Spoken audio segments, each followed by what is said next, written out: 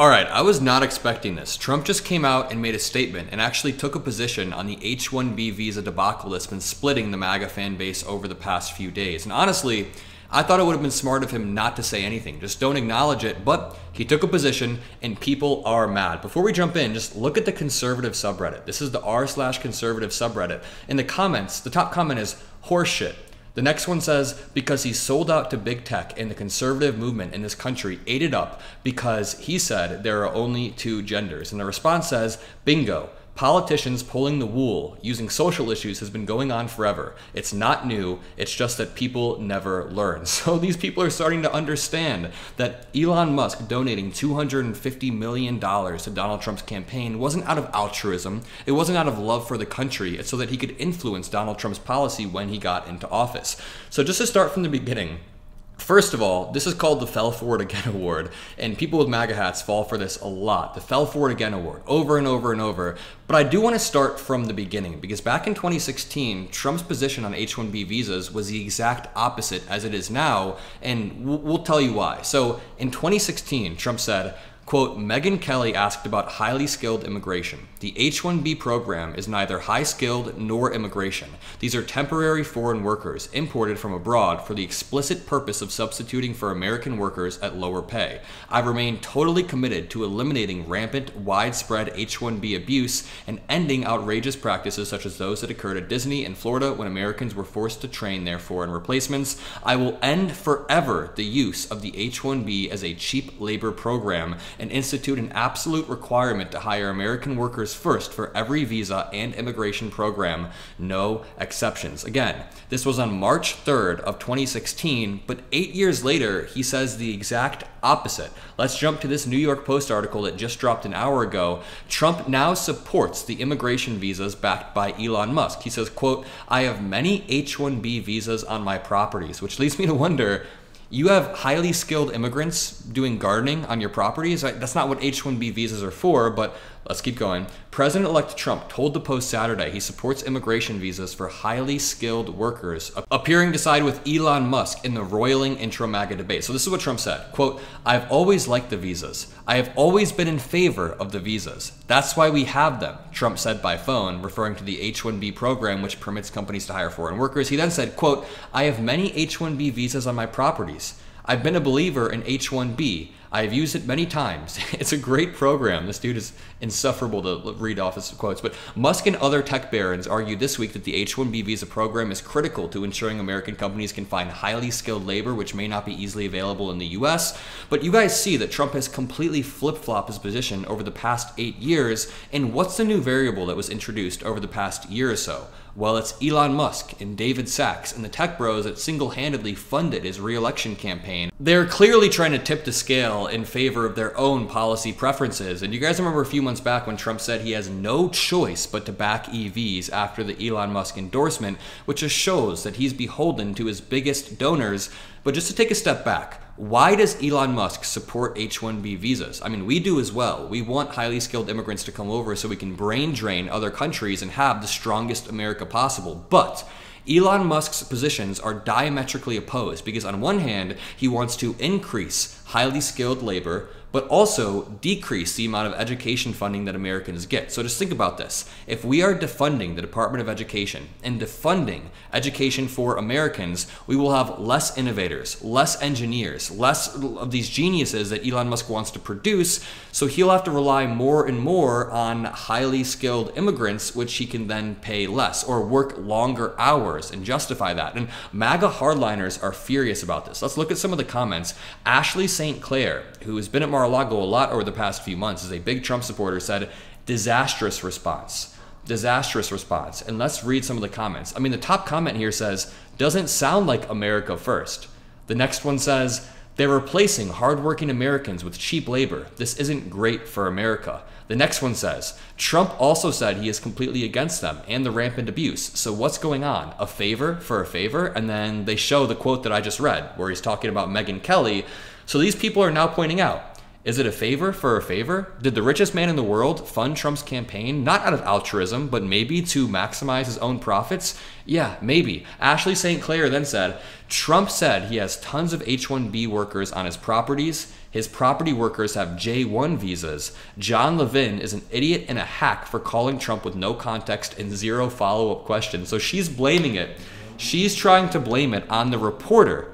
She's genuinely trying to blame the president-elect's comments on the reporter that interviewed him when Trump said verbatim, "I've always liked the visas. I've always been in favor of them," which, by the way, is a lie. I just read a comment showing you the exact opposite. How can you be so far gone that you're trying to blame it on the reporter and you're taking all agency away from the president-elect? Earlier today, Charlie Kirk went off on Elon Musk and Vivek Ramaswamy because they've been pushing for more H-1B visas or more highly skilled workers. And I want to know what he's going to say after this, because this schism is only going to get bigger after Daddy Trump spoke. Let's watch this clip. This is a violation of our social contract. And it sounds good. Let's just let more H-1B workers in. But what about the 23-year-old that went to University of Washington and studied computer science at the UW Computer Science Department? Shouldn't he be given preference above someone who could do the work for far less? It is about priorities, and it's not about what Charlie Kirk wants. It's not about what other people want out there. And I have friends on both sides of this debate. It's very simple. It's what the American people wanted.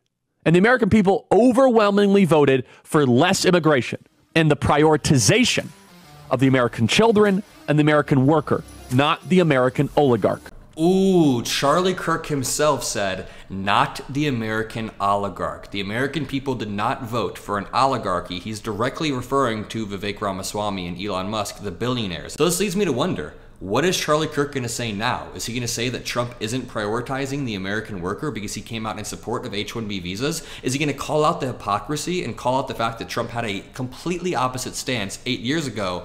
And again, I just want to ask the question, why did Trump flip over the past 8 years? What was the new variable? We already broke that down. It is very clearly Elon Musk. And the thing that I love about us is that we can take a nuanced position on this and say, hey, we should be draining the best and brightest from other countries. That's how we remain competitive on the global stage. And that's what makes America great already. But at the same time, we need to prioritize funding education domestically so we can have our own innovators, our own engineers, and people that can push the country forward.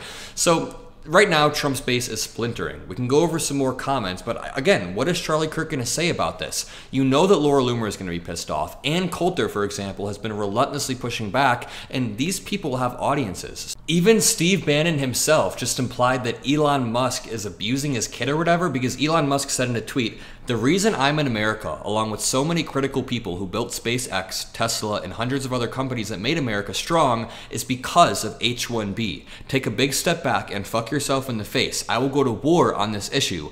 And Steve Bannon, one of Trump's close allies and campaign managers, said, "Someone please notify Child Protective Services. You need to do a wellness check on his toddler." What is Steve Bannon saying here? All because Elon Musk came out in favor of H-1B visas. So again, just to loop back, the MAGA fan base is splintered on this, but I wonder what are they going to say now that Daddy Trump came out and actually took a stance?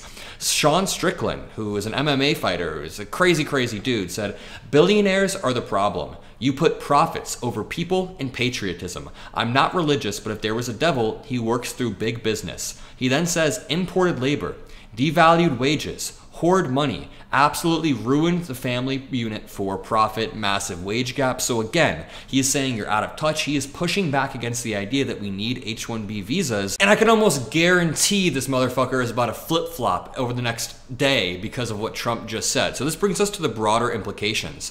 Trump's alignment with billionaires like Elon Musk and David Sachs isn't a tactical move, it's a strategic shift that exposes the contradictions in MAGA. So they claim to fight for the forgotten American worker, the working class, but now its leader is cozying up to the billionaire class that profits off the very systems that hurts these everyday American workers.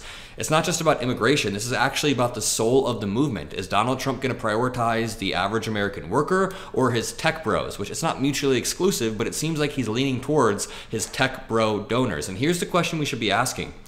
If MAGA can't even hold Trump accountable for this massive flip-flop over the past 8 years that they all fell for, remember, the Fell For It Again award, then what does the movement even stand for? Is it actually about economic populism and putting the American workers first, or is it just a hollow brand that is more focused on maintaining loyalty to Trump rather than holding on to the principles it was built on? And the principles that it was built on are this quote from 2016, which we don't agree with. I don't agree with this quote right here. I think that, number one, the H-1B program does get abused by certain corporations, but the idea that we need to axe it completely is also wrong. So just to go back to Trump's 2016 quote, he says, "I remain totally committed to eliminating rampant, widespread H-1B abuse." He then says, "I will end forever the use of the H-1B as a cheap labor program." Now, 8 years later, he has completely flipped, and MAGA is not happy. Like, I just went to the first response of this post, and it says, "What a disgusting betrayal. Junior college gets you a citizenship. This is birthright citizenship 2.0. I'll leave it at that. Drop a like, subscribe. I love you guys. I'll see you in the next video. Peace out.